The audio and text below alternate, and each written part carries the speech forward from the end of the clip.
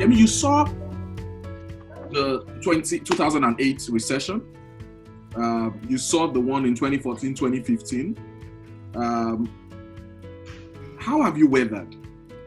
How would you advise other developers to weather COVID-19 and the coming recession?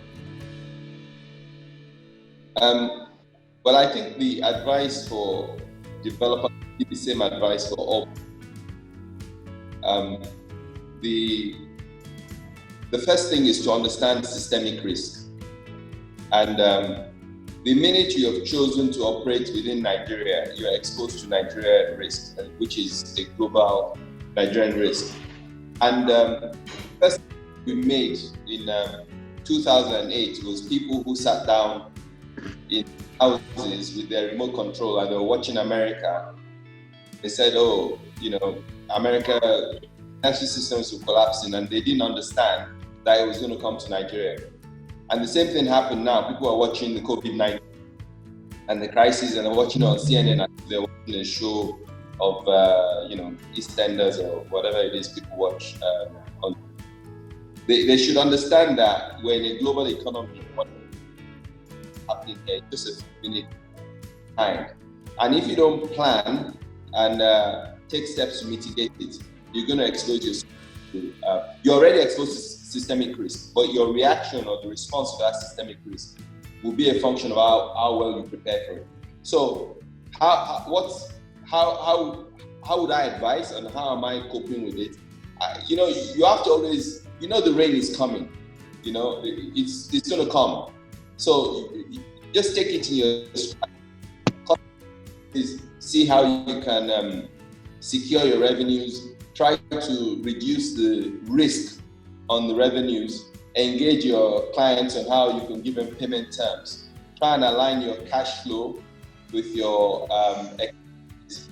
So you go to suppliers and you negotiate with suppliers, they're facing the same risk like you, and you try and match your cash flows and say, okay, you deliver for me, sectorially over this period, and I will pay you over this period of so many days, and don't run away from it, because the rain is gonna, you're gonna get wet. So don't try and deflect the risk. Go in there, manage it. And secondly, communication is very important. You need to communicate very, very, very, very effectively. I mean, if you listen to Yinka, how she communicated now about, phase 1A, this is the time, this is this. When you communicate to people, they don't mind. They might get upset, you should have been 5 minutes ago or whatever. But okay, you're still coming. So once that communication is there, and you can explain that due to the COVID virus or the coronavirus situation, things are going to be different. Since it's a systemic situation and they are facing the same situation, they will understand. And as long as you're communicating to everybody, they're fine. And thirdly, which is the elephant in the room, be realistic about your profit and revenue expectations. Just simply change your timelines and your expectations. And the definition of disappointment is the difference between what is expected and what actually comes. So if you want to, you just basically, adjust yourself to the realities, and that is the advice I would give to all businessmen and real estate developers. All right, Ron, I want you to speak to the same thing.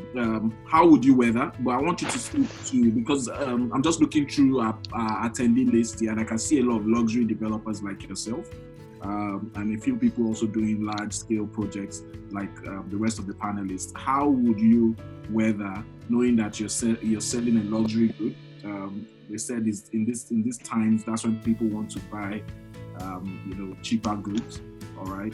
So how would you weather, knowing that you sell luxury goods?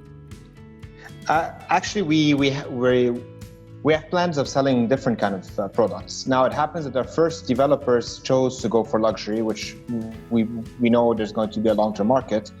But we're also inviting other developers to have a lower entry point in the market, and we find that to be a much bigger market and on the long term. We're even studying ourselves many solutions on that.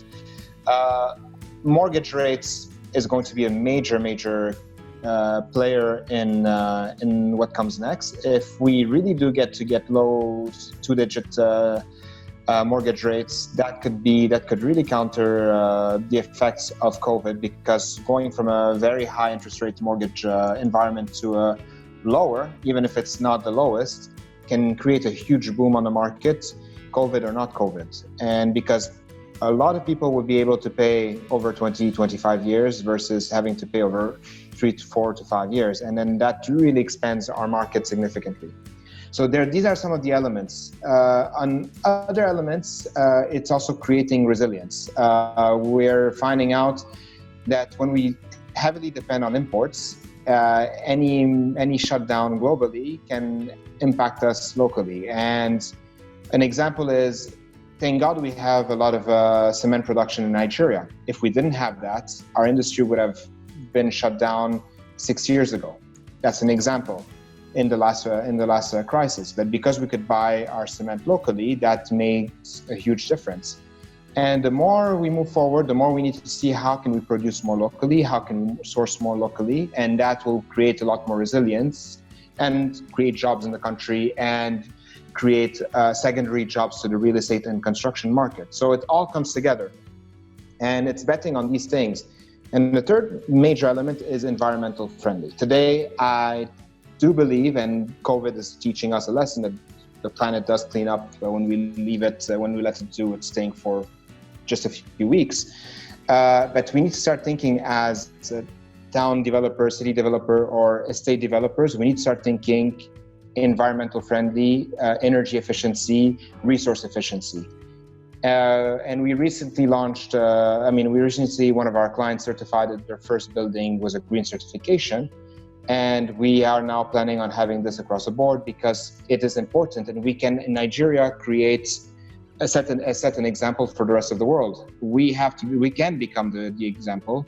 The technology is available. It doesn't cost much more to have a much greener building, and we can keep on improving over time.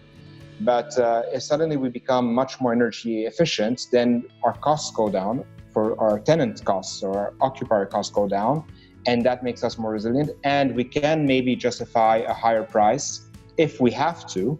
We don't, as Yemi said, it's like we don't have to always push for the highest profit.